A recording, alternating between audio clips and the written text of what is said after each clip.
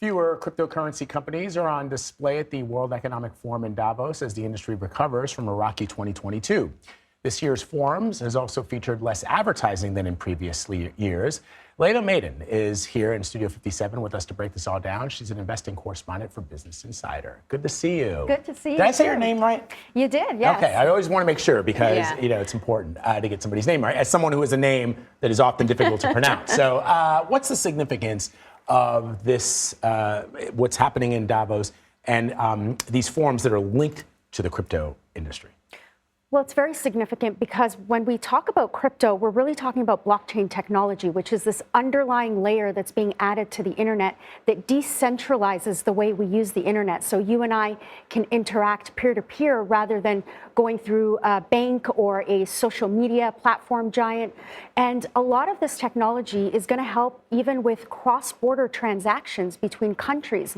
So when world leaders go to Davos to discuss, what's on the agenda, it's important for these crypto projects to be there to explain what types of solutions they can bring. And so one of the major themes this year was the tokenization of real world assets, such as government bonds and real estate being registered on a blockchain, ownership on a blockchain in a decentralized manner, and what that can do for society in general. For example, Filecoin is another company. They announced that they were going to be creating a decentralized storage system in space with Lockheed Martin. So this technology has a lot of implications beyond just all the negative headlines that we're seeing on the investing side of it. So if I could break it down for you a little more, think of it like this.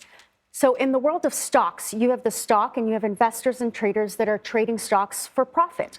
And then you have real companies behind these stocks that have real solutions, that have real customers.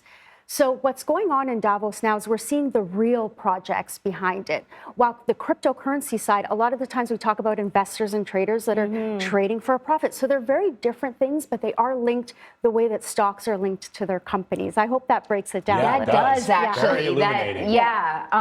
Speaking of that, though, you got to think that some of what's happening there is trying to clean up the PR mess. Because for the rest of us, all we know about cryptocurrency, at least recently, is there seems to be bankruptcies. We've Sam Bankman-Fried, and now I'm reading about this other crypto exchange, Bizlado. The Justice Department announced that they've arrested a man, accused him of processed over $700 million in illicit funds. That sounds massive to me, $700 million, but then I hear about billions of dollars missing in cryptocurrency. But then even even though we're talking about millions, hundreds of millions and billions, in the grand scheme of things, it's hard for me to understand how much of an impact these arrests have. Well, they have an impact in two ways. On the crypto market, especially because there's not a lot of trading volume right now. So an exchange being stopped or shut down, not only does it halt certain transactions, but it also spooks investors. And so we did see Bitcoin and Ethereum plunge by 2 to 3% within a day. But also it sends a message to anyone that entered this space earlier on before government sort of came in and understood what was going on, to say that if you are committing a crime, even if it's in the blockchain sector, we're catching up and we're understanding how this is going.